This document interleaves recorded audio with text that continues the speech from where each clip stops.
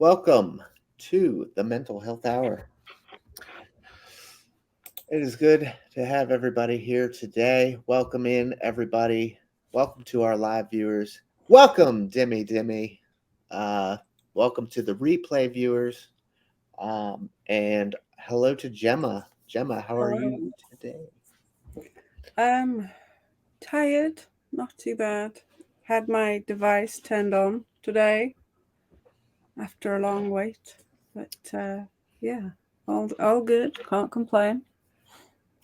Good evening, Hattie. Good evening, Dimmy.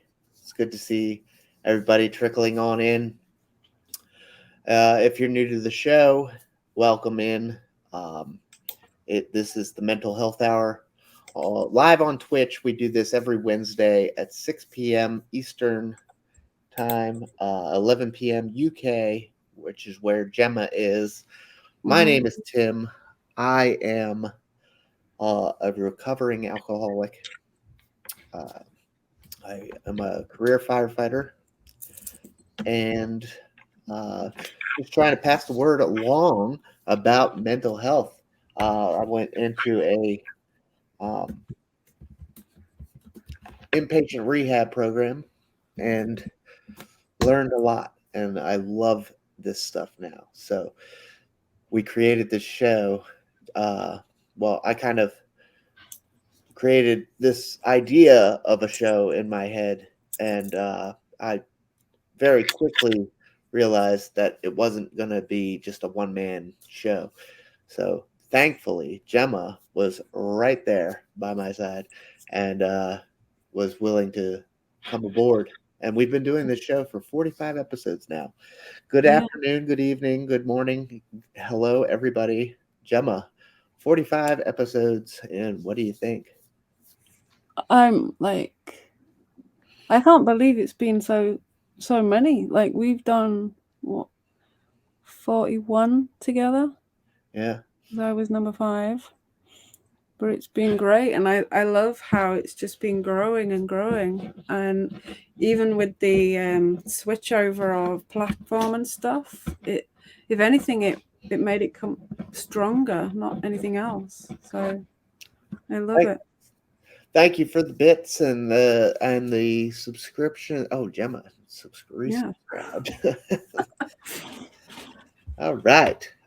Tonight we're going to continue on our body image. Uh, we're going to be doing a couple of episodes about body image. Um, so there's a lot to talk about with body image, uh, especially this hits more close with Gemma. Hey, Thomas is in the house. A rare appearance on the Mental Health Hour from Thomas. Mm-hmm. Um, so this hits more on Gemma's side of the mental health platform uh, and realm. I'm more of the substance abuse kind of guy. Like I definitely know a lot about drinking and substance abuse and all that, and Mm-hmm. self medicating and what have you. And Gemma, um, you uh, you certainly have had your runabouts with the body image side of things, right? Mm-hmm. Yeah, definitely. I was diagnosed with body dysmorphia um well over 15 years ago. Don't mind him. But yeah, even though it was diagnosed 15 years plus ago, it's something I've always had. But I didn't know there was a name for it. I didn't know that it was quite so common, and you just think you're going crazy. So it's kind of good to know that there's a condition to give you some kind of, I don't know, like, so you're not thinking you're going crazy, basically. Sure. But at the same time, whilst it's recognized, there's nothing they can really do about it. Just antidepressants and stuff, anti-anxiety, but I don't know. A lot of the work for it comes from within, so no amount of medication can really help without the willingness to change yourself. That's true. Mm-hmm. So, I mean, with this mental health show that we've started and are doing, Mm-hmm. we have gone down several different avenues. In body image, we decided very recently to start branching off into this sector because we do get a lot of questions. We love to do the live viewer Q&A where Mm-hmm. uh, our lovely live audience sends us questions and we answer the best we can. And we'll be putting another one of those together here shortly. Yeah. So stay tuned for that. But body image comes up a lot. So Mm. let's quickly just kind of go back to our episode. What was that? 44 or episode 43? What 43, is yeah, 43. body image? We'll take a quick gander at that, Gemma, if you don't mind taking us through this Yeah, real sure. quick. So it is that one. Okay, so body image definition. So body image, a subjective evaluation of your outward appearance, contrasted with an objective evaluation from somebody else. I think usually with that we always think we are always more critical of ourselves than other people are of ourselves. Okay, so more than 50% of American women and 45% of American men are dissatisfied with their overall appearance and body image. And body image dissatisfaction leads to many appearance enhancing behaviors, including weight loss, exercise, cosmetic use, cosmetic surgery, and hair restoration. But yeah, like I certainly with the cosmetic surgery, I was watching something on the TV literally last week, and it was about cosmetic surgery and the extents that people will go to Yes. change themselves because they are so dissatisfied with their appearance.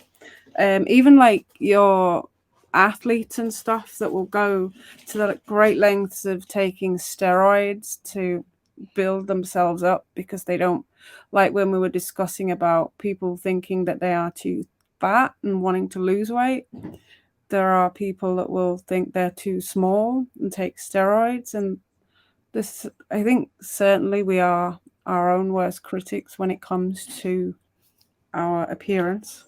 Yes. Absolutely. Mm-hmm. Indeed. Um, so quick run through there uh, of what we talked about episode 43, just kind of an introductory what is body image uh, type of deal. Mm-hmm. So we're going to start down one of the many rabbit holes, and tonight is body dysmorphic disorder. Mm-hmm. And Gemma, you obviously have told us that we've talked about it several times on the show Mm-hmm. in prior episodes. Would you like to give a little background to start us off tonight? And then we'll get into some slides and stuff. Yeah, yeah. I'm going to move the camera back now that he's. I wouldn't care. He ducked to try and get under it and then popped up right behind me. Yeah, so my history, like, I really remember having trouble with my like self-confidence around my appearance when I was around maybe about 11, 12 years old. That was more, it became more apparent when I went into secondary school. Because like over here with there's primary school and then secondary school. Middle school was cut out literally the year before I was supposed to go. So we went to secondary school at the age of like 11, 12. And it was then that I really started to compare myself with other people. I was very, very thin and very skinny. Loads of people would criticize that, saying that I would blow away in the wind, that they could snap me. Just kids can be cruel. And I think that's when it really started to get to me more and more and more. And I think no matter what anybody said to me, I was giving myself even more grief and more heartache internally. And it got to the stage where I was so bad with it, like certain things that I would say I was dissatisfied with. For example, like if I found I would go round like my body, and just to give you an example, like nipping things like this. And if I could do that with my skin, I would think that that was fat. And I'd be like, that's too fat. That I can't have that. And it became an obsession where I would I got that unwell with it. I tried to cut it off. So I did end up hospitalized for it. It was a voluntary hospitalization. I wasn't sectioned or anything because I didn't know it was a problem. I was later diagnosed with body dysmorphia and clinical depression. Yes. And given some different anti-anxiety and antidepressants. One of them, I had some very bad side effects too. And I think the one that helped me the most, however it had the most sedative effects, was Prozac. And for the sake of me walking around like a zombie, I came off them. I came off those without speaking to a doctor, and it made me very poorly. I would not recommend doing that if anybody's on them. Never just stop taking them.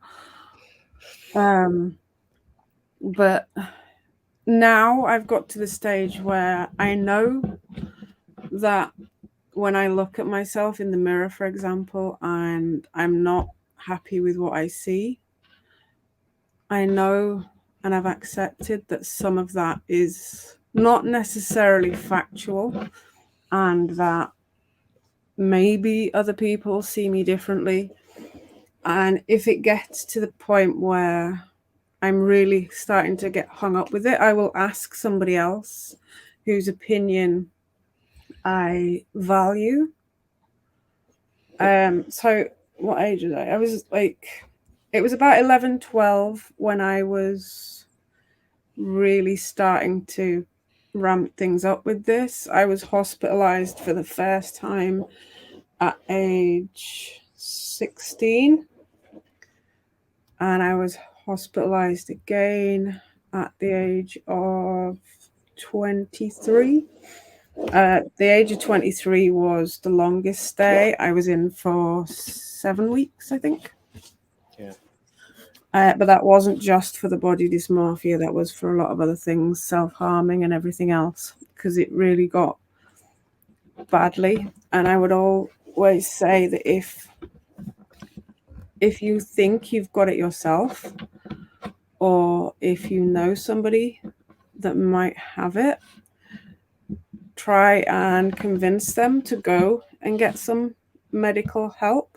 Absolutely. The Yes. longer you leave it, the worse it gets. There's several different options for help and reaching out, all of which are in our Discord already, and we'll reactivate those, or we'll repost them after this episode to continue to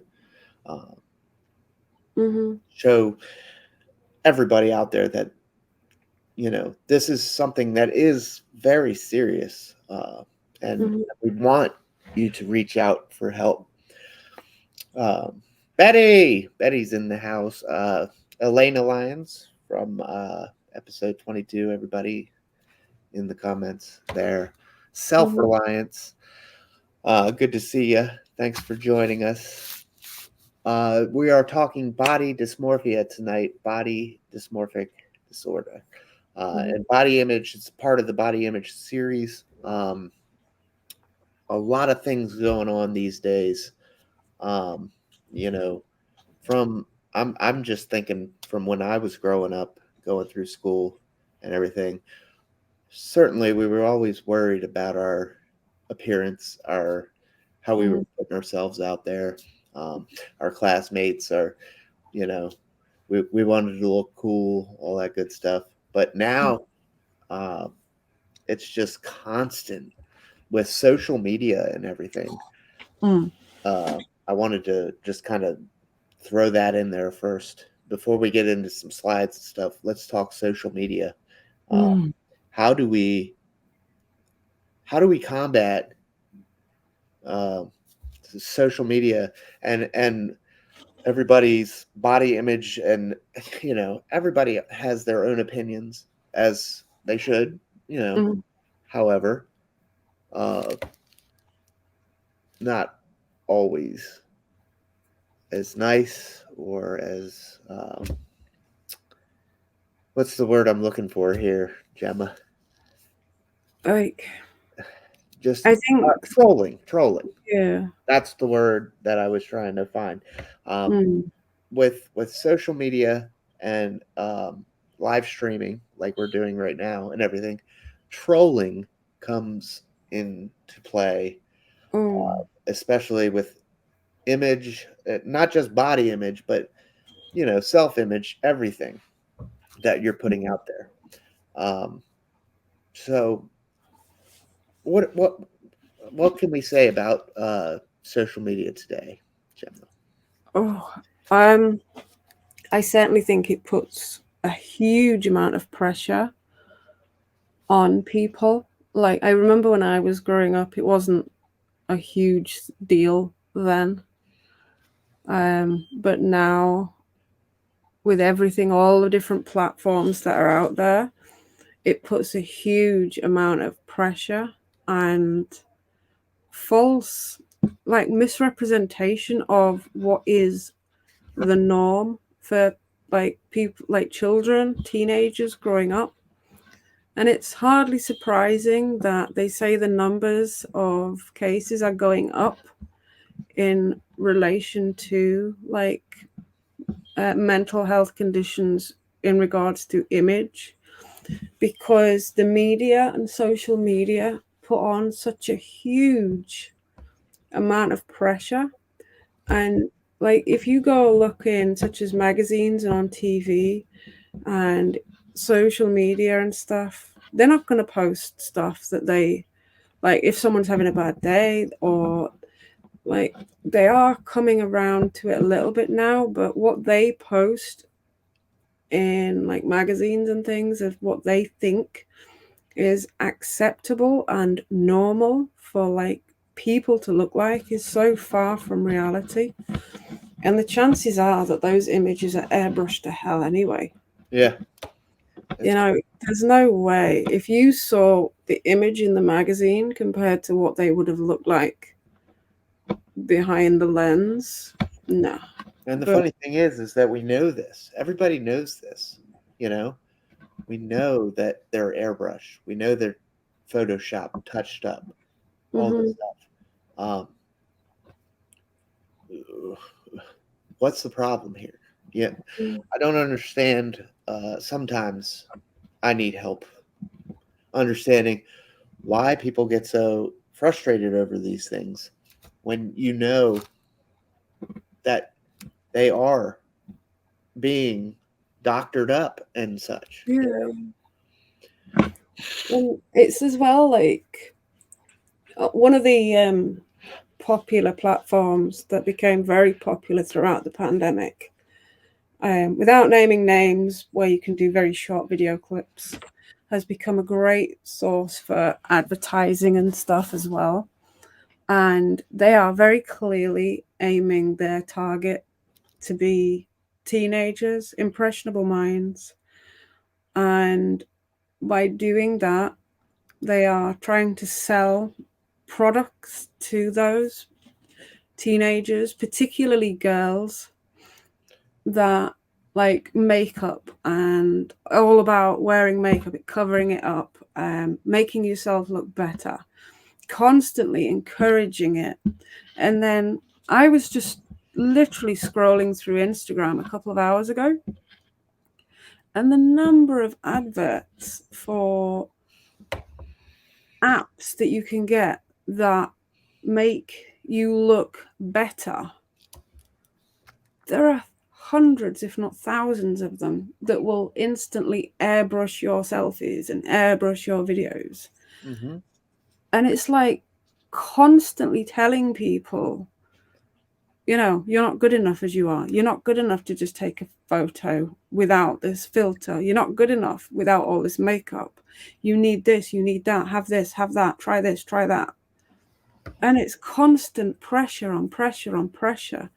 And chances are the people that they're targeting are impressionable, like children, teenagers, Certainly. who are trying to find their way in the world, trying to fit into the society, and having all of this crammed down them. No wonder their heads are screwed up, because they're constantly being told wherever they look that no matter what they do, that it's not good enough anyway. You need something else. You need something else. There's constantly new products to try, constantly new makeup. Like, there's one makeup product that I got, that I found on social media to try, and it says that it covers up all of the, like, the redness in your skin and on your scars. And I thought, I'm going to try this, see what it really is like.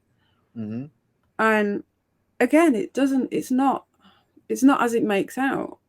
And even that's airbrushed. And it's so upsetting to see, like, but then just scrolling through social media as well. Since when did people think it was okay to attack people behind a screen? Like, I was on this platform, I'm not going to name it because I'm being quite critical of it, so I don't want to do that. I'm sure you know which one I mean, but people will go on, set a fake account up, and criticize people based purely on that 15-30-second video. Usually 90% of the time it's about their appearance. And when did that become acceptable? To hide behind a screen, behind a fake profile. It's never been acceptable. The thing of it is that it's, why do you keep sliding off camera? I'm trying to get, like, I can't work my camera out. I'm getting my left and right mixed up. I'm trying to work it out. There we go. But I've still not done it. It's never been acceptable. Mm-hmm. But people they call them keyboard warriors, because you don't have to be face to face. It's so much easier, isn't it? They do make it so much easier talk to somebody condescendingly or whatever, or say whatever dumb shit you got to say through a keyboard, and you don't have to be face to face. You don't have to worry about being popped in the face after that. You know, I could say something condescending to you and not be punched in the face after that. You know, it's so easy, and that's where social media, right, Demi, pay no mind. You know, snuff that fire out. They're just, and like Elena was saying, or Betty, social media and advertising really have made body dysmorphia and eating disorder rates soar, because the constant flushing of showing us all these images that are clearly photoshopped, airbrushed, doctored, all of that good stuff. I guarantee you could go online and find a product or service that would improve, in their eyes, any single part of your body. Like, there's makeup for everything. There's services and treatment for everything, from tooth whitening to tooth aligning to makeup to hair, literally everything. And it's constantly cramming it down you in the form of advertisements, and then giving it to these influencers who people really do look up to, especially the younger generation. Giving it to these influencers, saying, look, flush this product, give it out, like show how wonderful it is.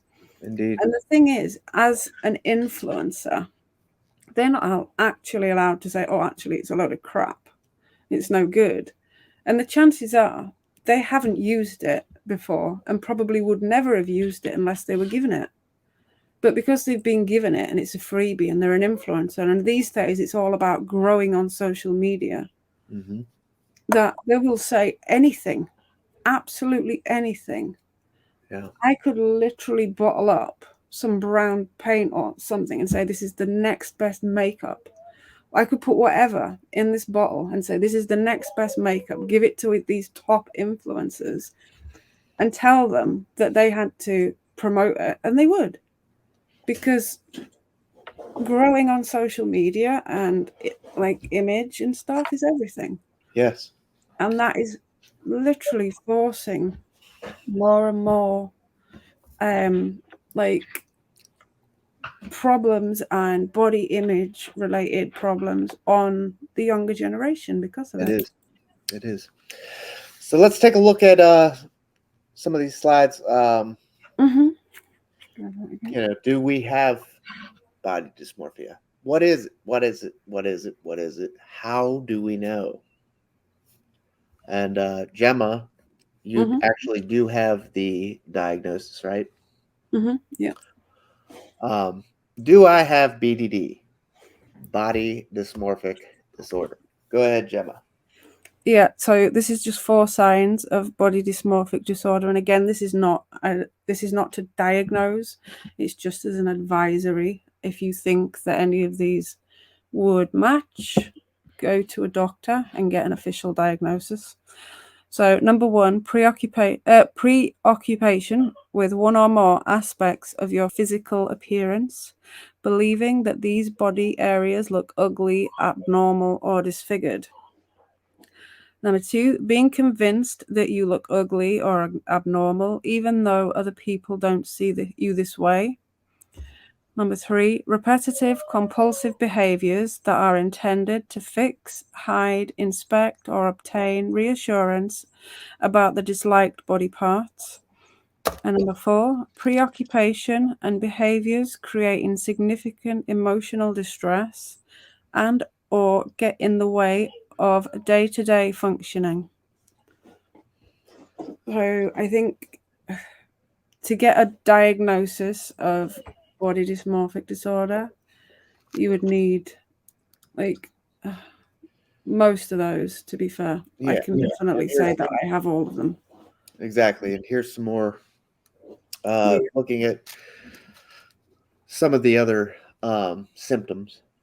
Yeah, so these are the body dysmorphic disorder common symptoms. So, preoccupation with physical appearance, with extreme self consciousness, up to 3 to 8 hours or more a day. Obsessively touching, picking, measuring, or staring at the perceived defect or flaw.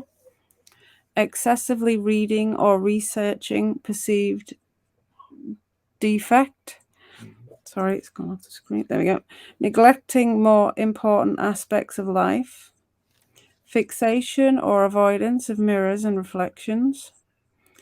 Going to great lengths to conceal perceived defect. Low self-esteem and feelings of shame and guilt. Anxiety or anxious feelings. Concentration problems. Poor body image. Excessive grooming. Comparing appearance with that of others, and symptoms and severity vary from one person to another. Yes. And then BDD may cause frequent dermatological or cosmetic procedures, avoidance of social situations, isolation, depression, self-harm, or suicidal thoughts. Ideation. Sorry, it was off the screen. I've zoomed in and I didn't see that one. Oh my gosh, I can't read these. Me either. Those words. I can't read them and I don't want to butcher them, but there are other diagnoses. Dermatillomania. Yeah. Trichotillomania. yeah, those. Work absence or job losses, and an eating disorder in some people. So again, like, I can relate to an awful lot of those. The common ones, as I say, I did actually go to a group counseling for a little bit for body dysmorphic disorder, and I did see that most of the people that were there had nearly all of the top part.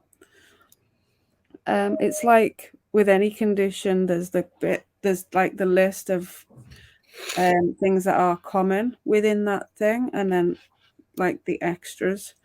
And because my BDD was heavily around weight and things like that, I had the eating disorder to go with it.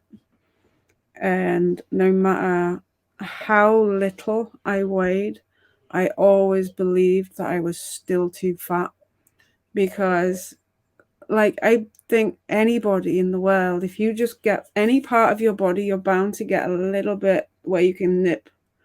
Yeah. And for as long as I could do that, I was fat. Yeah. And Shame I you would don't. not believe it.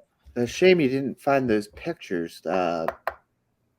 Gemma was showing me some pictures just the other day I of, have some. of some past Mm, past pictures from years past, and yes, what a I've what a got some I can put up now, but like, what a transformation you have made. However, in these times, though, it's constant body image, uh, body shaming, everything that comes with that. It's just bullying. Wow. I found some. Do you want me to just hold them up to the camera? Sure, if you'd like to. Yeah. So, like, this was one of them. Yeah, you'll tell how old it is with the phone that I'm holding. Is that one? I don't think you believed that was me, did you? um, so I went from being very, very thin to putting a lot of weight on because of medication and then losing it all over again. But there's times that you just never lose that image. Like This is when one I when I was very poorly. I just got out of the hospital. Whoops. Yep. There we go. So I just got out of the hospital, and they were baggy clothes, just trying to hide. But I was like quite skeletal, very, very thin. But I've come a long way with it. I recognized what was going on eventually before it was too late, because they did say to me that unless I start eating properly, they will tube feed me.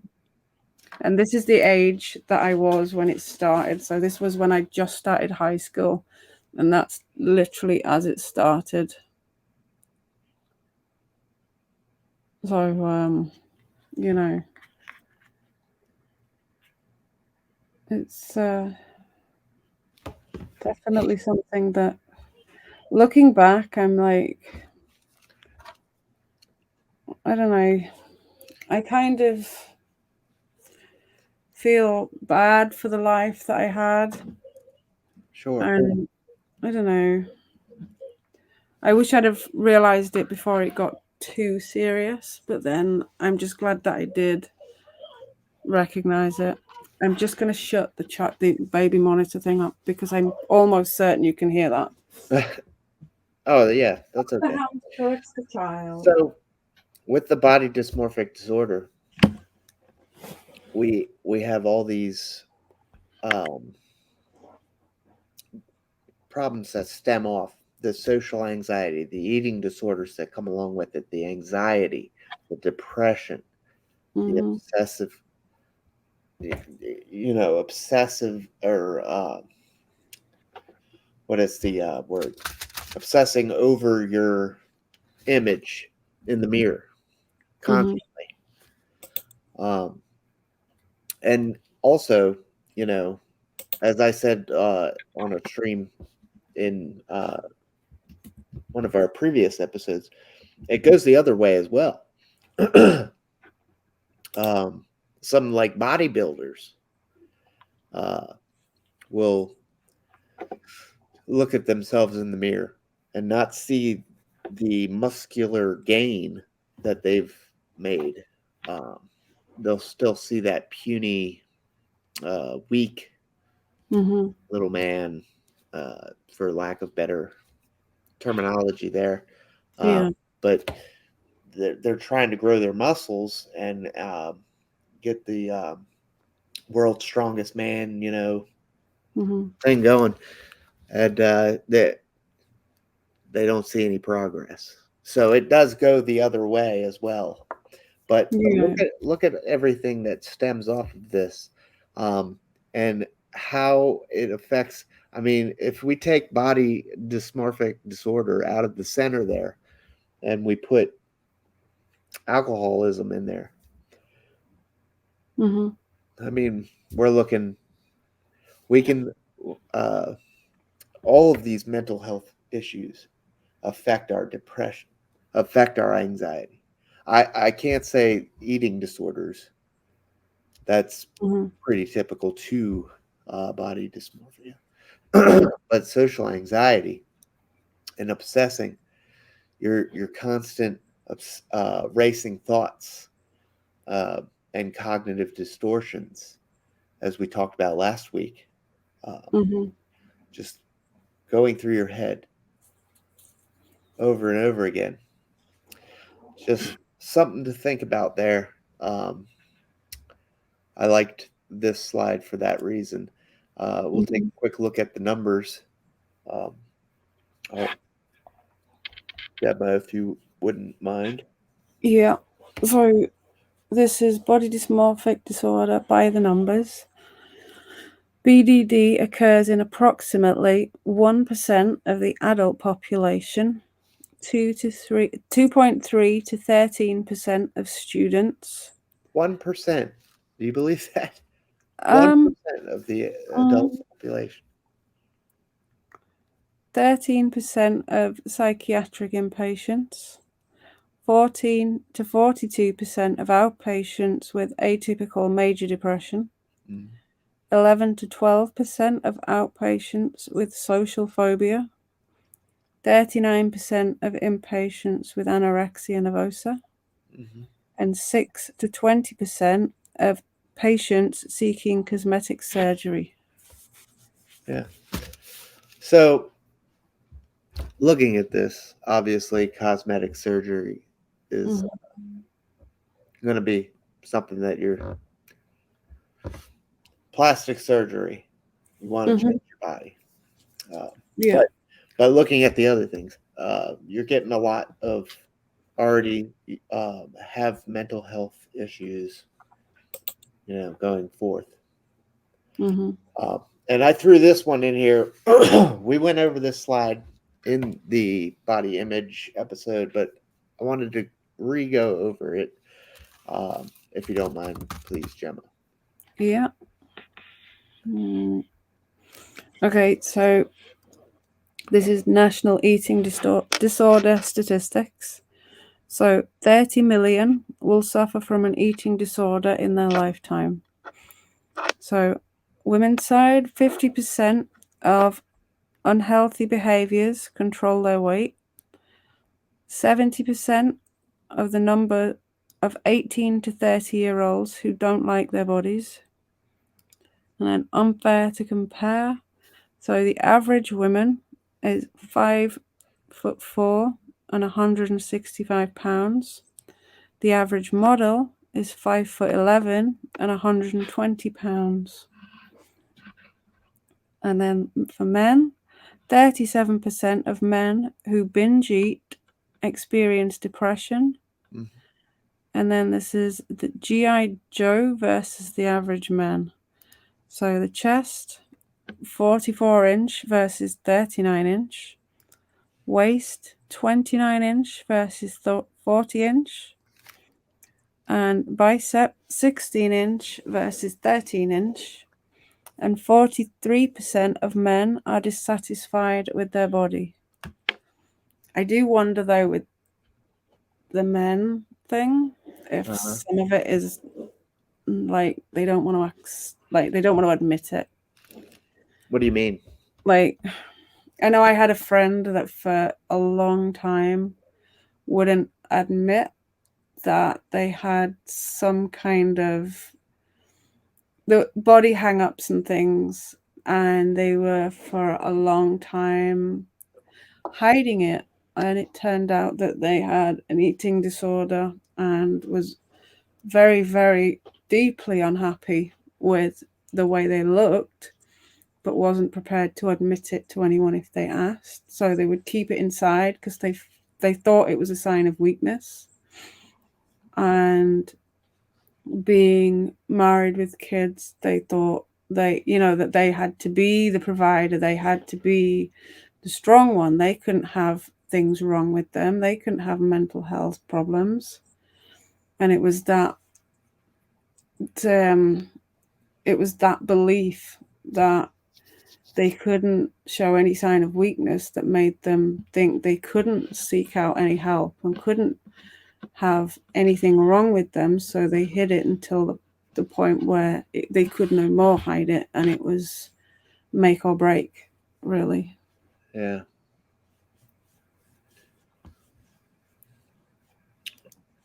And doctors sometimes make it worse by using desired weight once base. Oh, the BMI. I hate BMI because no.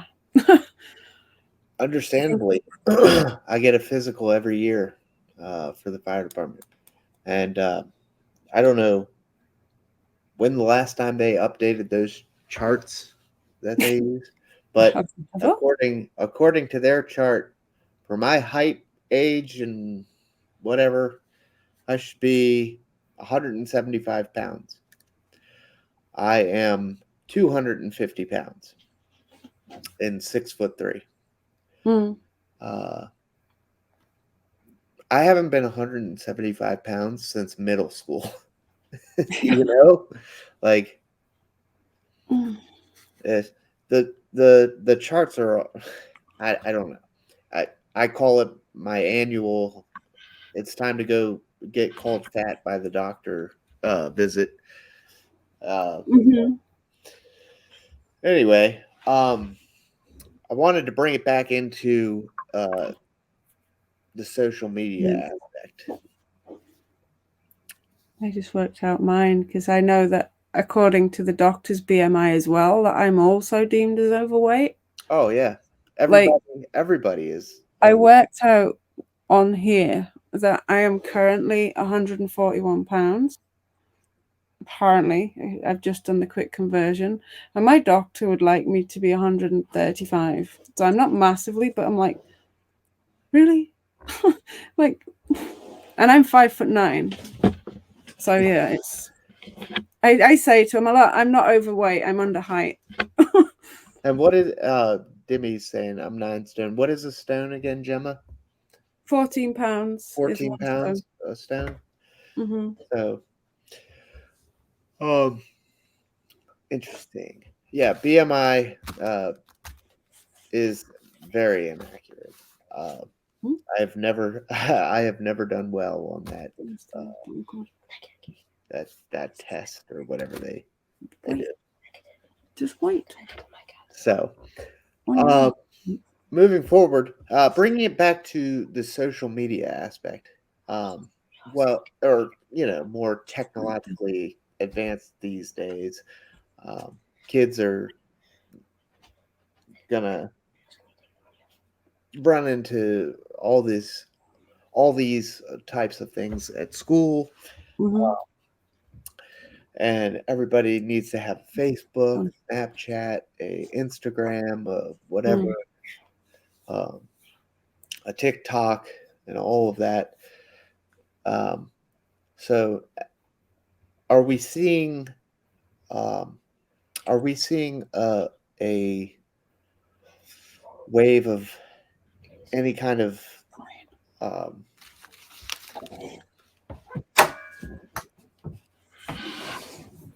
what was that? Thomas nagging in my ear again. I'm just like, go. Are we seeing a wave of any kind of um, depression come over America, the UK, Mm-hmm. you know, the globe? We should include everyone, Mm-hmm. as um, we hope this show does reach out to everyone. Mm-hmm. But you know, for our purposes here, you're in the UK, I'm in America. Are we seeing a wave of depression because of all these apps? Uh, Oh, I'm sure. you know, Snapchat and Instagram are very picture based, and TikTok or whatever. Uh, Mm-hmm. are kids getting the wrong message? I guess. Do you think? Oh, yeah.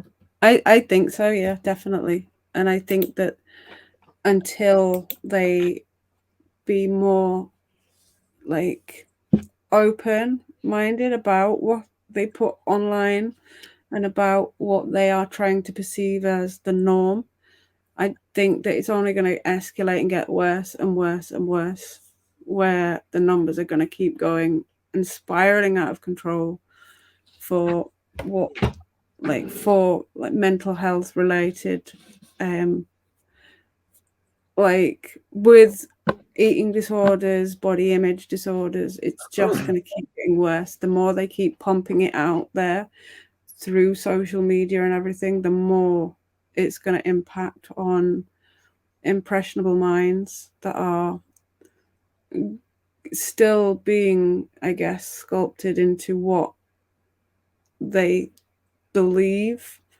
And while ever it's out there for all to see online on social media, then it's only going to get worse.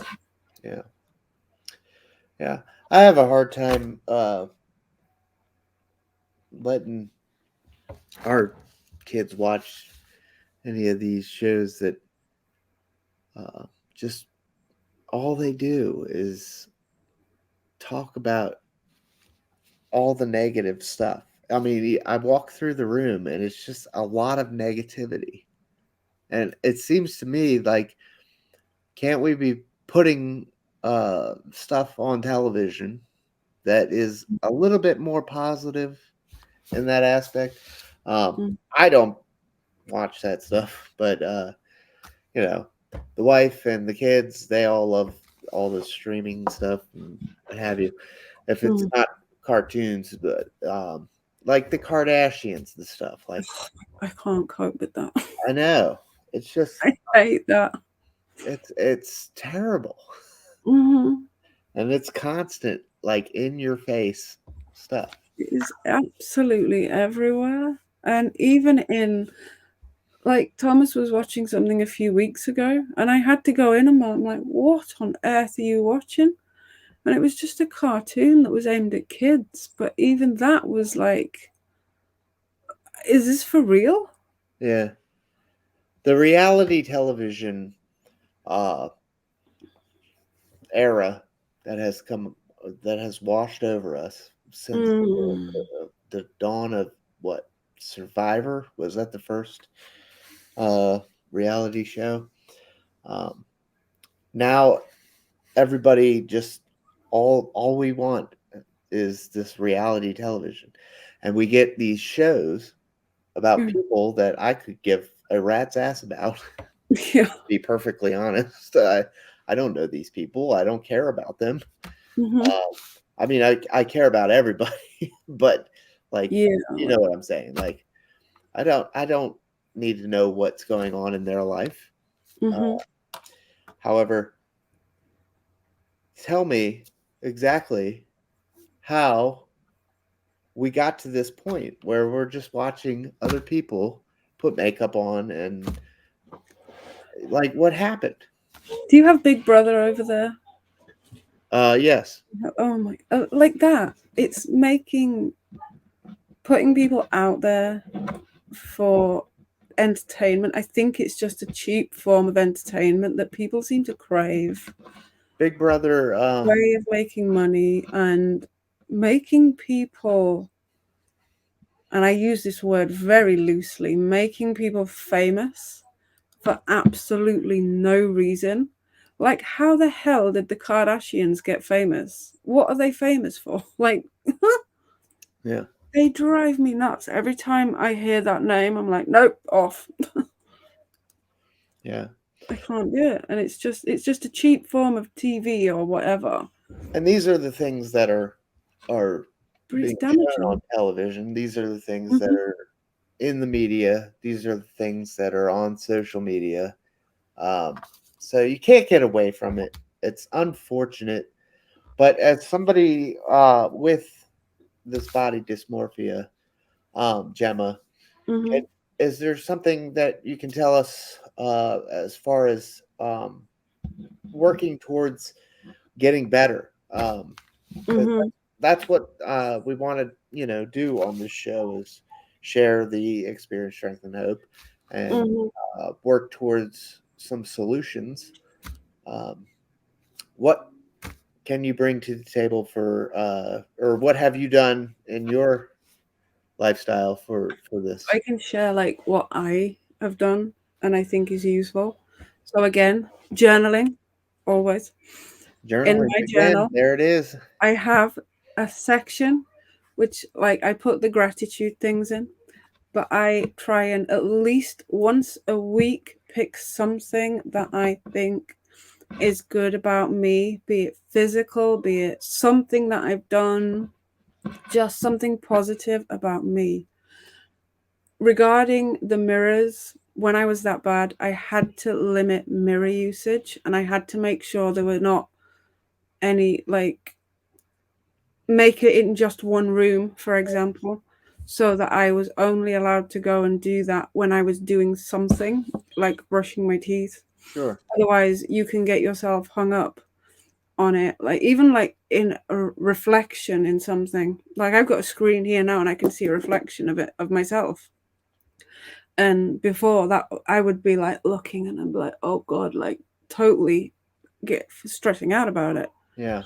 Another thing, which I think is huge, be very careful on social media. If you find it's triggering, take time off. Nobody, but nobody is going to post their entire life on there that is bad, usually.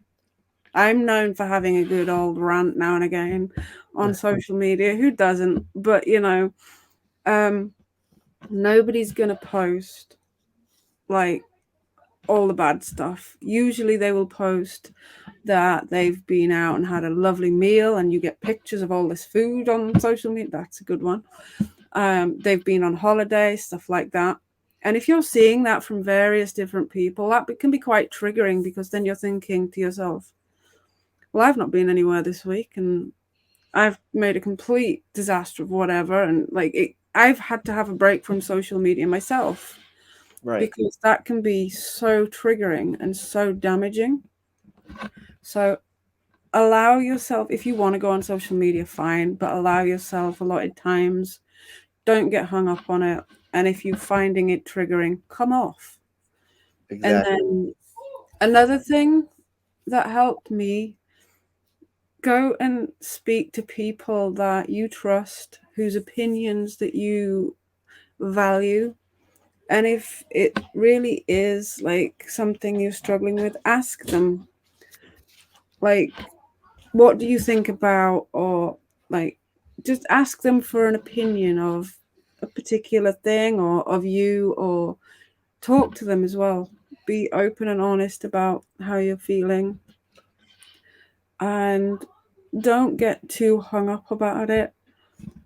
Don't be going and looking into all the magazines and the modeling stuff and that because it's so far from real. It is just not realistic.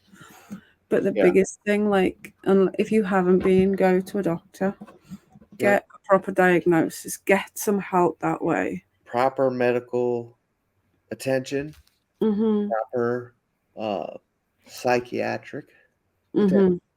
Because definitely, I can promise you this, that if you don't and you leave it, it will only continue to get worse. There's absolutely nothing wrong with reaching out for help. Mm-hmm. And that's what this show is all about. Yeah. Want everybody to know that the stigma needs to be erased. Mm-hmm. Um, the stigma for reaching out Mm-hmm. for help is gone are the days that Mm-hmm. that And if you don't think you can go to a professional straight away, confide in someone else. Maybe someone could go with you. And if you don't feel like you can tell it to a doctor, write it down and give it to the doctor if you have to. Do you know what I mean? Like, it doesn't, no one's saying you have to go and sit in front of a doctor and just come out with it. If you can't say it, write it. It doesn't matter. As long as you're getting the help in one way or another, take somebody with you, speak to someone. Like, if this is like hitting home for anyone and you want to, then by all means message me if you have to. Like, anything I can do to help. And that's what we always say. We want you to reach out if you need to. 100%. Mm-hmm. Gone are the days where it's cool to be the I can handle this on my own guy. So please Mm-hmm. reach out, talk to us. We're here. We love to talk. Right, Gemma? Absolutely, yeah. Right, Hattie? Um, A problem shared is a problem halved. yes, indeed. And there's just, I mean, there's so many outlets of people. There's so many outlets. There's so many ways you can go. Uh, you got Zoom. You've got support groups. You've got therapy. Mm-hmm. There's all kinds of things that we can help you get into, or Mm-hmm. you can reach out yourself and find your own way. Um, I myself needed help because when you come to that term, when you need help, and you really feel it inside of you, you're like, I can't do this by myself anymore. I need help. You throw out a fishing line, somebody reels you in. Mm-hmm. They'll help you. There's Mm-hmm. people out there that will help you, and we're all here. Uh, I know Gemma is starting a mailing list now. Yeah, yeah. Yeah, it's in Did you the want to talk a little bit about that? yeah, so in the Discord there's a link for it. If you give your email address, obviously we don't share it, it's just for the benefit of the mental health hour sending you stuff. And at the moment it's just going to be once a month. We will send you positive things into your inbox, things that are happening, like some useful help, tips, advice, resources. I've got for the first one a printable journal page, which is really good. And then just sharing what like the community is doing that we're in. Like if there's anyone that you've seen that's done something particularly good, I might set up a channel for it so you can nominate people or things to go in there. And if you want to share your story but don't necessarily want to come on a live and do it, then we can share it in there. And that can be completely anonymous also. We can Yes, share it for you but change your name. indeed. It's just different ways of sharing people's experience, strength, and hope, but in your inbox. So you can sit and read it over a drink or whatever. Just have a cup of tea, read your mail, and positivity into your inbox. And yeah, I remembered to bring mine. At that time, Oops, don't throw it. My other one's downstairs. our bunnies Bunnies. are aplenty. Easter is upon us. And here's the little Penelope bunny. Easter is upon us. Bunnies, bunnies, bunnies. www.mybunnyvalentine.com. Use the promo code FIREDUDE15 for 15% off your purchases. Please go support our good friend Ella, the bunny mom. She is always on Twitch at night. Here's Hattie has a comment as well there with more information. You can find her on Twitch at Ella the Bunny Mom, and she is always out there supporting the bunny rescues, trying to make that the difference there. So we love our Ella. We want to help her out as well. So yes, go to mybunnyvalentine.com and use the promo code FIREDUDE15. Save 15% off your purchases. Easter is coming. Why not get a couple of bunnies? There's all kinds of great stuff on our website. And then, of course, we have Catalyst tonight with Jim in Chicagoland, 11 p.m. Eastern Standard Time, 8 p.m. Pacific. And we do love Jim. Jim was on the show a while ago, and we love talking with him. Hope to have him on the show again sometime, maybe. Yeah. Do that, Gemma. Well, maybe it could fit in with when we do the chemo bell for Thomas. Yes. Yeah, that'd be good. I'm not provisionally booking that though. I don't want to jinx anything. We'll talk about that afterwards. Because people were asking, actually, I've just found out he's neutropenic. So they've halted all of his treatment again. It's like, no, we're so close to the end, and now we're back to that. So yes, we will beat it. We've beat it before. We will beat it again. Awesome, awesome, awesome. Thank you, Hattie. Thank you, Shirley. Thank you, Demi. Thank you, everybody, for coming on in here and talking with us tonight. Thank you, Elena. Thank you, everybody. I know I'm going to forget, somebody that I'm terrible at that. But anyway, we'd like to thank you guys for being here every week. And I don't know what else. You got anything, Gemma?